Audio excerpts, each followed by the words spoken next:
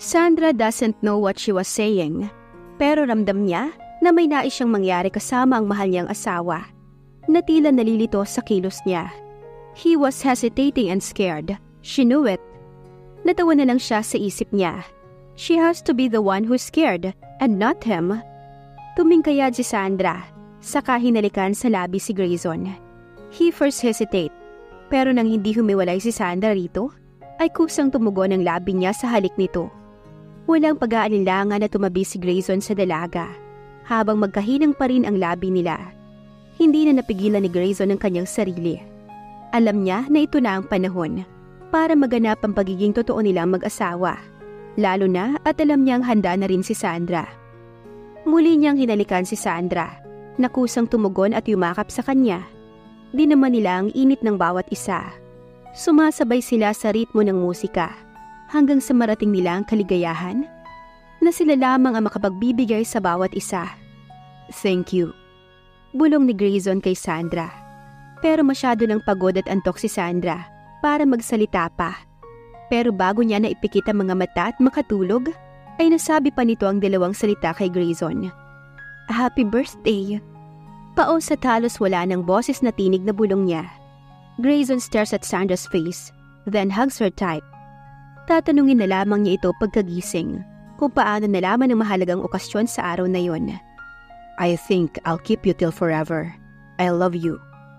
Bulong niya saka humalik sa noon nito at pumikit. Hinahanap ng mga kamay ni Grayson si Sandra sa tabi niya, pero wala siyang maramdaman.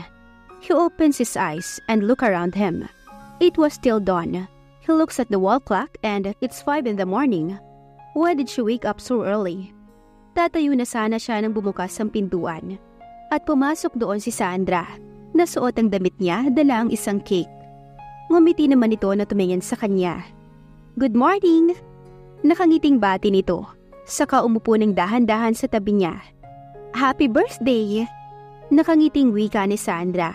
Saka inilapit sa kanya ang cake na dala na may nakasinding kadila sa itaas. At may nakaguhit na 27 sa ibabaw ng cake nito. Grayson was speechless, looking at Sandra with a big smile on her face, staring at him. It was first time in his adult life to be treated like this. He already had enough from Sandra, but still surprised him with the cake. Umayo siya ng upo at sumandal sa headboard. Lumapit naman si Sandra sa kanya. Make a wish, wika nito. Do you know this was already too much? Wika niya. Ngumiti lang si Sandra sa kanginusuan ng cake. He did make a wish and blows the candle. Kinuha niya ang cake at nilagay sa bedside table. Saka lumapit kay Sandra at hinalikan ito. Are you spoiling me? Nakangiting wika niya. Nagkibit balikat lang si Sandra. Saka humalik sa labi niya. No, dahil hindi ka rin naman makakakain yan. Wika ni Sandra dahil allergy si Grayson sa milk. Muli siyang niyakap ni Grayson. Sumandal naman si Sandra sa braso nito. Thanks for the surprise. Bulong ni Grayson. Saka naman ngumiti si Sandra.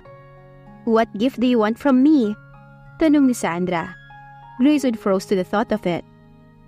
I already have enough gift from you. Ang makasama ka at ganap na tayong mag-asawa ay sapat na sa akin. Ngumiti naman si Sandra. Saka tumagilid at yumakap sa binata. Let's just stay here for a whole day. That's enough for me. Bulong ni Grayson. Tumangulang si Sandra. Pagkatapos ay pumikit ito, saka natulog ulit. Mr. Martinez, kailangan nating baguhin ang sales at marketing strategy. We're losing customers. We can't afford to lose 40% of our usual sales. Deklara ng isa sa mga direktor ng kumpanya. Walang plano si Grayson na ayusin ito dahil kasalukuyan silang nakakaranas ng bankruptcy. Something happened when he was at leave for 2 days. He can't afford to lose both. But they were still investigating about the loss of income percentage ng kumpanya. We already sent the papers to your house 3 weeks ago, and someone signed it for you. It's impossible that you didn't know any of this. Wika ng sales official. Napailing naman siya ng walang makalap na memoryang nakatanggap si Sandra o si Manong sa mansyon ng mga papeles. I didn't know any of that. My helper didn't receive any of that. Sagot niya. Kung andun lang sana si Raven para tumulong sa kanya. Pero abala ito sa business meeting na dapat ay daduluhan niya sa Dubai. Pero dahil naging problema ng kumpanya ay nagpaiwan siya. "What about your wife?" Agad na tanong ng marketing official. Nagulat naman si Grayson at tumingin dito. "No, she doesn't have any idea about the company project." Paninigurado niya. He never heard of Sandra talk about it. And that time, he was avoiding Sandra for some reason. That's impossible. Kung natanggap man ito iyon, ay sigurado siyang hindi ito makikialam. "She signed it here." Bigay ng sekretary niya sa kanya. And he was shocked when he saw it. It was Sandra's signature. He's sure of it. But how? He knows Sandra. She wouldn't do such thing about this. "Kausapin mo ang iyong asawa bago pa ito humantong sa mas malala," sabi ng direktor. Saka tumuyo at lumabas ng conference room. Kainis. Naibulalas ni Grayson, saka pinalabas na ang iba. Kinuha niya naman ang cellphone, saka tinawagan si Sandra. "Hello?" He calmed himself before he speaks. "Hi, how are you doing over there?" "I'm doing fine. Kumain ka na?" "Not yet. Just finished my meeting. Want me to come home? Sabay na tayong kakain." "Yay! That's great. I'll cook for you." "Okay, see you in half an hour." Wika niya. Saka binaba ang telepono. How can he tell her about it? Not to make her upset or disappointed. Napabuntong hininga na lamang si Grayson. Malawak ang ngiti ni Sandra na sinalubong si Grayson ng yakap. She prepared his favorite food. Tinanong pa niya si Tita Marian kung ano pa ba ang ibang paborito nitong pagkain na hindi makakaapekto sa kanya, lalo pat may allergy siya. Humalik sa pisngi niya si Grayson. Saka sila sabay na naglakad papasok sa dining hall. Andoon si Manang na naghahanda ng pagkain. "Wow, you cook all of this?" Nakangiting tanong ni Grayson. Tumango naman si Sandra, saka inisa-isa pa na pinangalanan ng mga paborito niyang pagkain. "Let's eat!" Wika ni Sandra, saka sila umupo. Habang kumakain, ay napapansin naman ni Sandra si Grayson na tahimik at walang kibo minsan. "Grayson?" Pukaw niya sa atensyon nito, ngunit malalim talaga ang isip nito. Hindi na lang siya nangulit pa at nagpatuloy sa pagkain. Baka dahil lang ito sa pagod at stress sa trabaho. Nakakausap lang niya ito nang naupo na sila sa salas at nanonood ng favorite movie niya. "Wala ka bang balak bumalik sa kumpanya?" Tanong niya rito. Umiling lamang ito saka sumandal sa balikat niya. She knew by the thought na may problema ito.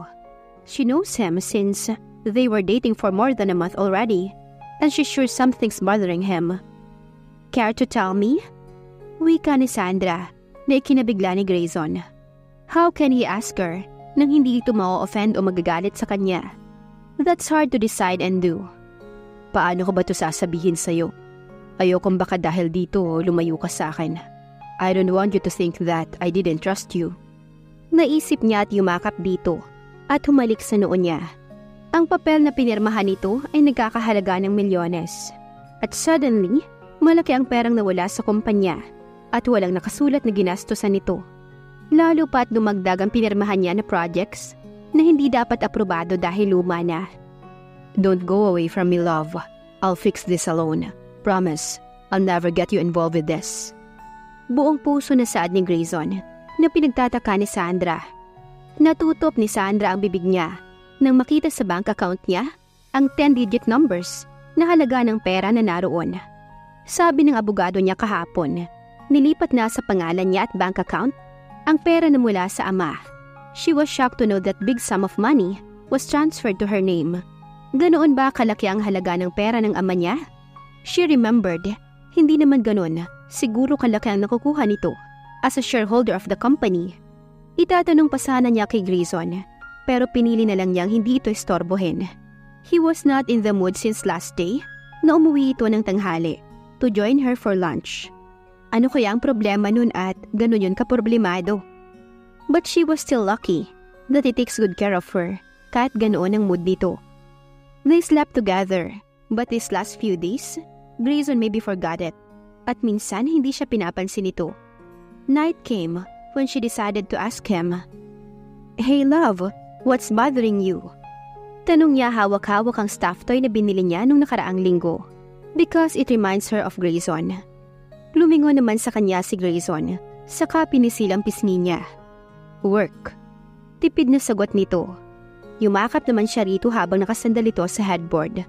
She closed her eyes dahil namimiss niya ang asawa. Ilang sandali pa ay nakaramdam siya ng bagay sa leeg niya.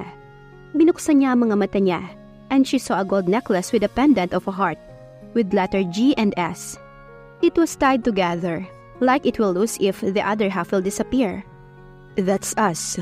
Once the other letter will fall, the other will fall too. So stay with me whatever happens, okay? Trust me and never lose the other half. Wika nito bago siya ginawaran ng magaan na halik sa labi. Ngumiti naman si Sandra ng malawak, saka yumakap ng mahigpit dito. She may be emotional and sensitive sometimes, but since he's around with her, she's at ease. She really loved this man. Thank you, Grayson. Wika niya. Ngumiti naman si Grayson saka yumakap din sa kanya. Tumunog naman ang phone ni Sandra, kaya inabot niya ito sa bedside table at tinignan ng tumatawag. Si Sam, wika niya. Tumitig naman sa kanya si Grayson ng seryoso. Hinalikan lang niya ito sa labi saka tumayo at lumabas sa veranda ng bahay niya. She missed Sam dahil minsan na sila nagkikita nito, lalo na si Rika at Danica. Lalo pat Christmas vacation na nila, and 2 weeks from now would be Christmas. She was planning to have a vacation trip with Grayson before Christmas Day. This was her first Christmas with him by his side as her boyfriend and husband. Sam, sagot niya sa tawag nito. Hey, are you okay? Tanong nito. Nakakunot noon naman siyang nakatingin sa kawalan. Anong klaseng tanong ba yon? Yes, I am fine. Ano bang klaseng tanong yan? Are you sure? You didn't get outside or even look online? Tanong ni Sam. Hindi, nasa bahay lang ako maghapon. Bakit ba? Takang tanong niya. Nothing. Take good care, okay? And call me if something happens. Is he there? Oo, nasa loob. Okay, that's good. Good night. Okay, sagot ni Sandra. Saka naputol ang tawag.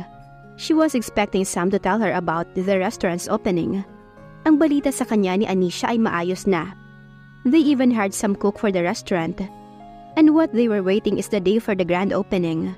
Akala pa naman niya ay kung ano na. Bumalik na lang siya sa loob. Naabutan naman niya si Grayson na papalabas ng kwarto na balisa. Hey, are you okay?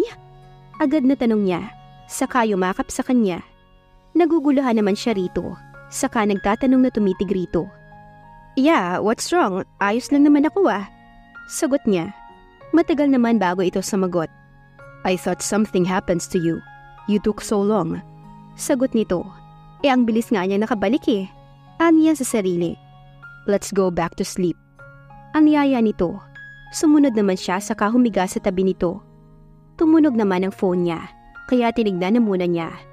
Rika and Danica was texting her if she was fine. Kaya naguguluhan naman siya na tumitig sa mga text nito. Bago nireplyan na ayos lang siya. Saka nilagay sa bedside table ang phone niya. Good night. Wika niya saka pumikit. Grayson did not work the other day and stayed with her. He even asked Sandra to go on a vacation with him. Where are we going? Tanong nito sa kanya. Somewhere we can create another memories. Sagot nito saka pinatakbo ang sasakyan. Excited naman siyang tumingin sa dinaraanan nila. They drive 2 hours from the city bago nakarating sa isang island. They took a boat and drove to the island for half an hour. She was even more amazed when she clearly see the perfect view of the island. It has a white sand and a cottage na nakatayo sa di kalayuan sa beach. Malinis at maganda ang tanawin sa paligid. Inakay naman siya ni Grayson pababa sa bangka. Nagpaalam muna sila sa may-ari ng bangka, saka tinahak ang daan patungong cottage. She was amazed by how beautiful the place was.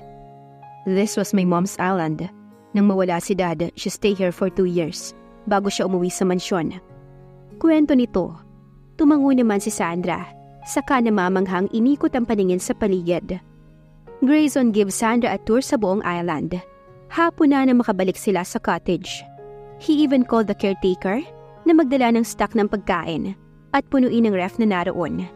Hindi siya sigurado kung magtatagal sila roon dahil ang mahalaga sa kanya ngayon ay ang mailayo si Sandra sa gulo.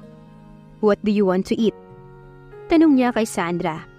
Nag-isip-isip muna ito bago tinungo ang kusina na naroon saka naghanap. "We have chicken here. I want chicken fillet," sabi nito. Napailing naman siya habang kinuha ang chicken sa ref. Nilapitan naman niya ito saka tinulungan sa pagluluto. He was not good in cooking, but his mom teaches him to cook when he was in high school. And Sandra was good in cooking too. For 3 years living alone, she knew how to cook different dishes and recipes. She even made her own recipe. It was past 7 in the evening when they finished their dinner. "I'll wash it," pagpresenta ni Grayson. Saka inakay si Sandra paupo sa upuang naroon. "Just sit there and relax, darling." Dagdag nito, saka kumindat pa sa kanya. Natawa na lamang si Sandra sa ginawa ni Grayson. She's lucky to have him, lalo na at kita niya sa mga mata ni Grayson na mahal talaga siya nito. Ano nga ba ang tinatago ni Grayson kay Sandra?